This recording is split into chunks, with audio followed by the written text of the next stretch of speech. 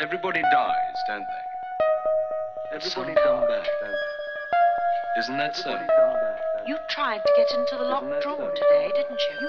How do the kid come back, Mother? What's the secret?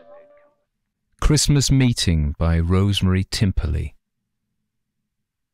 I have never spent Christmas alone before. It gives me an uncanny feeling, sitting alone in my furnished room with my head full of ghosts and the room full of voices of the past.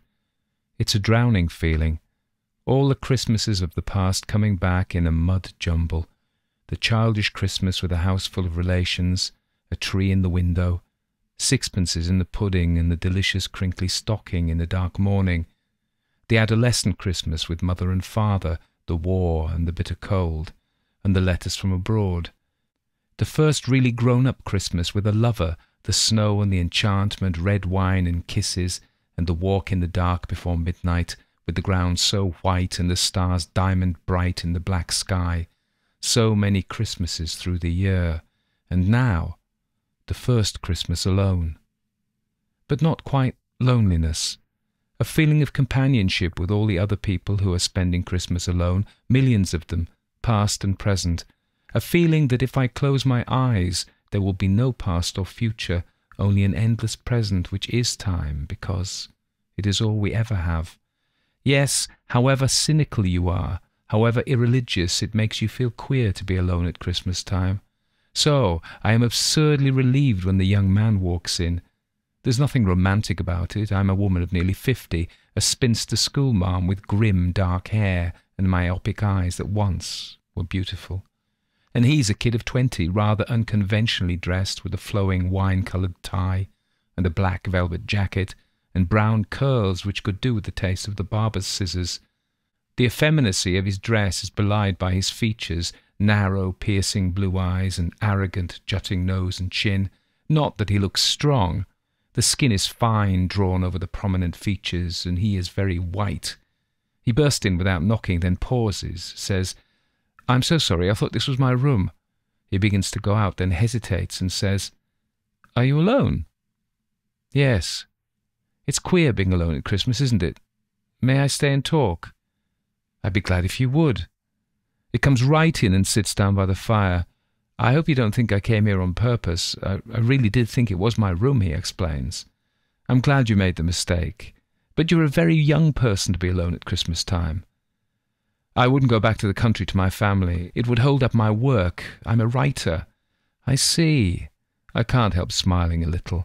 That explains his rather unusual dress, and he takes himself so seriously, this young man. "Of course, you mustn't waste a precious moment of writing," I say with a twinkle. "No, not a moment. That's what my family won't see. They don't appreciate urgency." "Families are never appreciative of the artistic nature." "No, they aren't," he agrees seriously. "What are you writing?"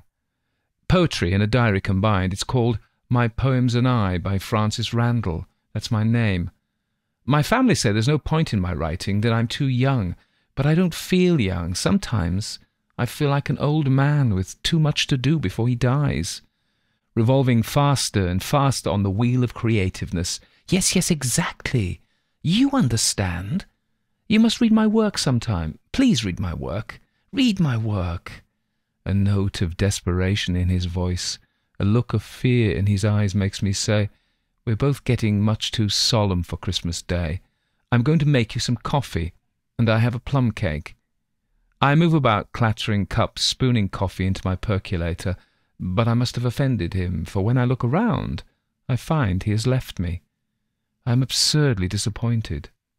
I finish making coffee, however, then turn to the bookshelf in my room. It's piled high with volumes, for which the landlady has apologized profusely. "Hope you don't mind the books, miss, but my husband won't part with them, and there's nowhere else to put them.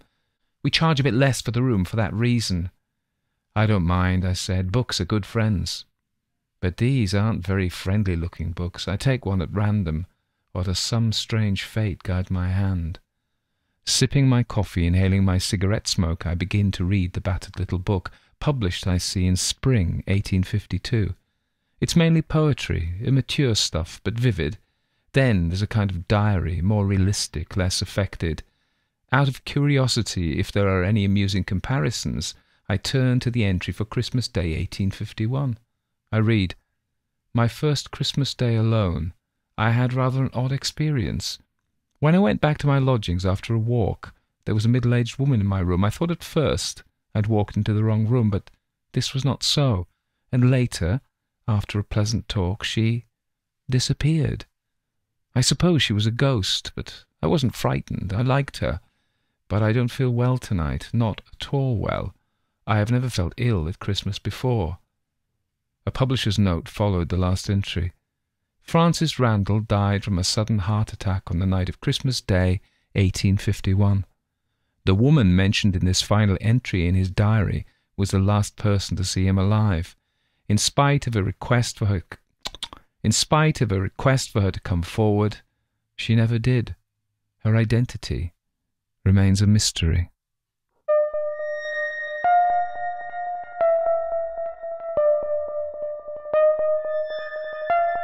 Everybody dies, don't they? Everybody dies. Rosemary Timperley was an English author born in 1920 and died at the age of 68 in London. She was a prolific writer and earned her living as a writer throughout her life. She sold her first short story when she was in 1946, when she was aged 26, and worked also as a school teacher and a journalist. So we can see that in this story she describes herself as a severe-looking school mom, and obviously she's saying that a little tongue-in-cheek. I think it's quite poignant that she talks about her eyes, which at the age of 50 are no longer beautiful but once were. Many of her stories have been included in ghost story anthologies, and this one is a very famous story published in 1952 when she was 32, so she was actually younger than the 50-year-old school mom she was writing about. She wrote some other classic ghost stories, but this one's very nice. It's just very simple, very sweet. We've heard enough ghost stories and read enough ghost stories to guess what's coming, but it's still a very nice sentiment, and I like some of the things she says about, and some of the memories she has about previous Christmases are, again, very lovely, and I enjoyed reading them. So I just wanted to do this short piece for you for Boxing Day so that you had something to listen to, even if it is very short. Okay, take care. Still looking for that New Year story. I hope you had a lovely Christmas. Boxing Day, of course, is what we call in Great Britain, in fact, in Great Britain, I think, because in Ireland they call it St. Stephen's Day, which, of course, is its technical title. And in Welsh, of course, it's Gwyl San Steffan, St. Stephen's Day. So there you go. But Boxing Day, due to the Victorian practice in Victorian Britain of giving presents in boxes the day after Christmas Day. There you go. Toodle pip. Or as they say in Wales, as I'm in a Welsh theme, ta-ta tan toc. Well, they say it sometimes like that.